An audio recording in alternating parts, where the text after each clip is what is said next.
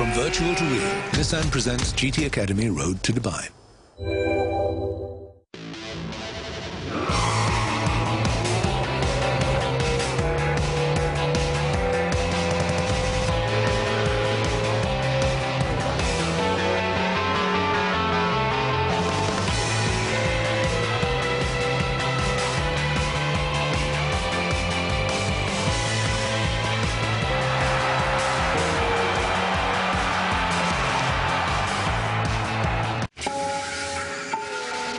Welcome to GT Academy, the road to Dubai. Over the last few weeks, we've been following the motor racing seasons of three drivers: Lucas Ordóñez, Jordan Tresson and Jan Mardenborough.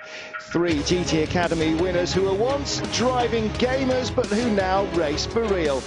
They have excelled in the last 3 months. Lucas Ordóñez, the first GT Academy winner, set the bar for all who followed.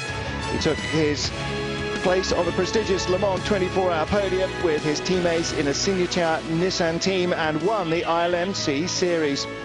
Jordan Tresson, the second GT Academy winner in his first professional year, has driven a superb season in the GT4 Endurance, and his team RGM Motorsport have won the Blancpain Endurance series.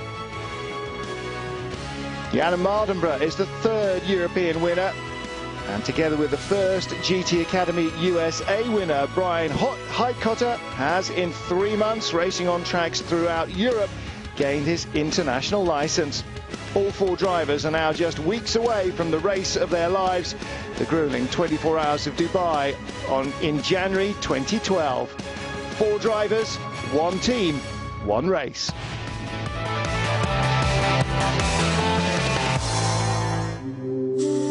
With only 2 months until the Dubai 24 Hours in January 2012, the team must remain at the peak of their fitness to succeed in the incredibly tough challenge that lies ahead of them. It's gonna be great and exciting to be there and have a good race with all 4 PlayStation GT Academy graduates. A 24-hour race is always something very special when it's dark and so on with the sunrise. I think we're going to have a really strong team of drivers, actually. 4 drivers who've come from sitting on the sofa playing a PlayStation game. I'm stoked for it. I just want to get out there. It's the most important race of my career so far.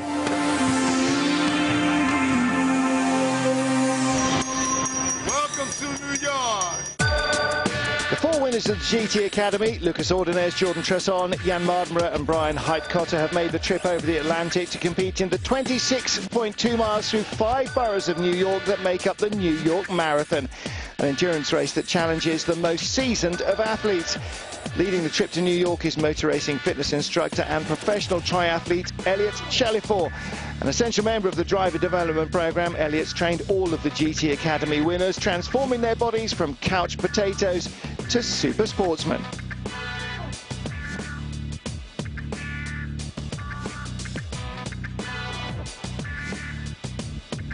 With Jan and Jordan having a few days to acclimatise and visit the city for the first time, and Lucas Ordóñez making his way over from preparing for his final race in China at the Base Performance Centre, Brian Heitkotter had just made it over to sign on to the event and see the route from a different point of view as they headed over to Liberty Island, the perfect place for the team to take in the scale of what they had signed up to.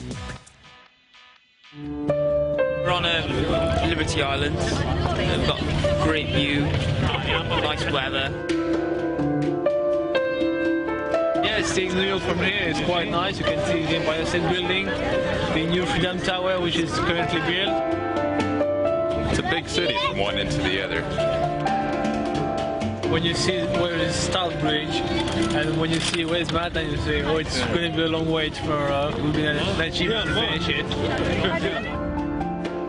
With sightseeing over, the race has bedded down as Lucas flew across the Atlantic to join his Dubai teammates.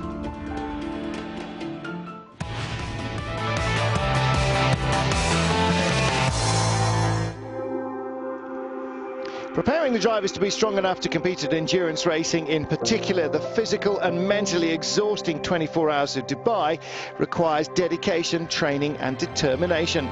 Although the teammates have never run anything as tough as a marathon before, they know how much training needs to be put in. As the teammates train every day, their success can be shown. Lucas has already won his first championship in the ILMC. Jordan's also won his first Blancpain Endurance Championship. And Jan and Brian have gained their international licenses in under 3 months and challenged their competitors on the racetrack every week.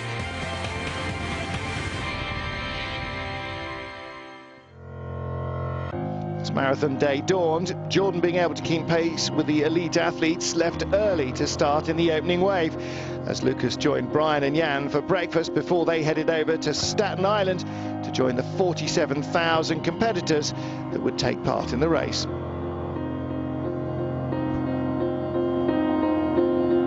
We're on our way to Staten Island to start the New York Marathon. Once I'm warmed up and at the start, I should be all right. It's going to be a long race, so I'm just going to pace myself and make sure I can get to the finish. My aim is to finish in 4.5 hours, and that's achievable. Lucas is here to run part of the marathon and support us. I have to do only 8 miles because I have tonight a flight to Hong Kong and be in China for the last race of the season. The atmosphere is fantastic, 40, 50,000 people wearing the running kit. 2 million spectators, it's just chock-a-block. Once in a lifetime opportunity. This should be a great achievement. The team got to the starting line to wait for the klaxon to release the 47,000 runners around the 26.2-mile course of the New York Marathon. The streets were filling up with the 130 bands and 2 million spectators who'd be ready to cheer on the hordes of runners that would be led by the Nissan Leaf.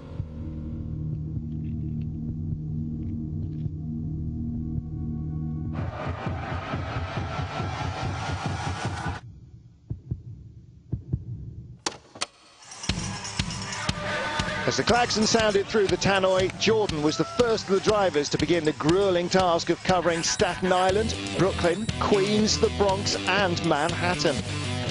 Modern marathoning owns its start and its world-class status to New York. Like the Dubai 24 Hours, it is endurance racing. The New York City Marathon is iconic to long-distance road running.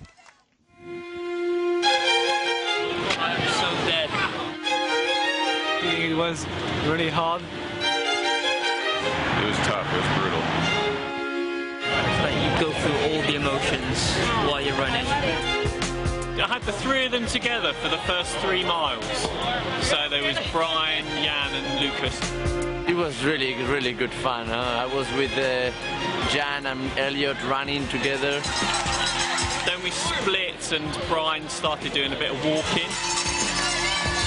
It was kind of a tale of 2 half marathons for me. The first 13 miles, I was actually really happy with my pace. Things were going pretty well. And then basically limped the last 13 miles to get to the finish. You feel sort of joy at the start, and then about mile 7, you feel that there's a long way to go. But about mile 9 or 8, I was just looking at the floor. Mile 10, you just want to go home.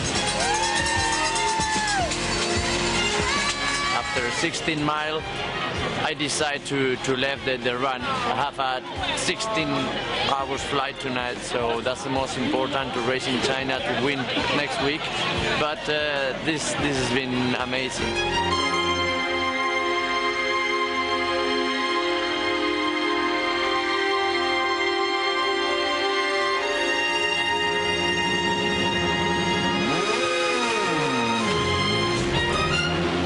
Beginning of mile 17, it starts to be a lot more difficult. Then you've got another 10 miles to go. It's just so demoralising.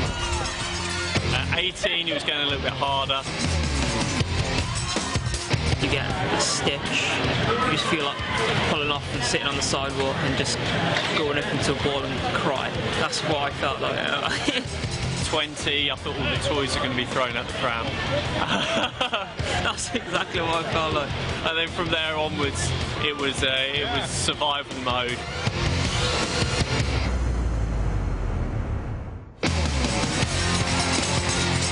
My ankles, my feet, my knees, my hips, step just was excruciating. There was times when I thought, I can't even walk anymore, I need to just stop. The last sort of 800 meters, I was trying to run quicker, but I just couldn't run any quicker than what I was doing. And then I wanted to run to the finish, so broke out into you could call it a run, I suppose, but it was, I'm sure it looked really awkward because it was excruciating. Just so intense, and by that point you don't care what time you're going to be finishing at. You just want to finish and have a nice cup of tea.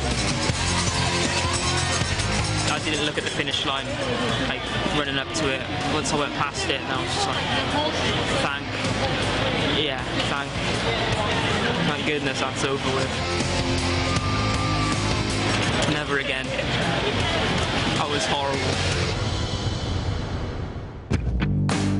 With the drivers having finished the race in times close to what they'd hoped for, with Jordan coming 12,560th with a time of 3 hours 54 minutes and 1 second.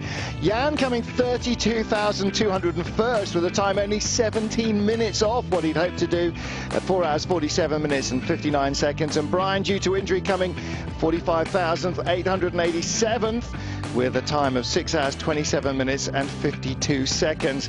It was all over. I feel absolutely destroyed, mentally, physically. Seriously, that was the hardest thing by far I've ever done. The GT Academy winners will once again have proved that the driver development program has turned them physically and mentally into endurance racers, ready to take on the 24 hours of Dubai and the challenges that will be thrown their way. 24 hours is a different way of running and race. In a car you can do 1-2 hours, sometimes maximum 3, but in here you have really no rest, you're always on. It was an amazing atmosphere everywhere. You could feel, you know, the different parts of New York. People cheering you on, giving you high fives, holding up signs. They've gone from nothing to, you know, a really big event, much like their racing career. The New York Marathon, so sick.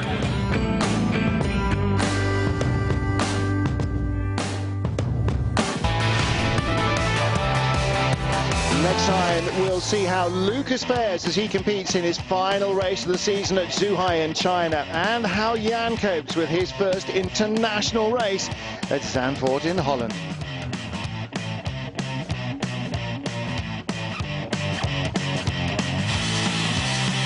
Four racers, one team, one race.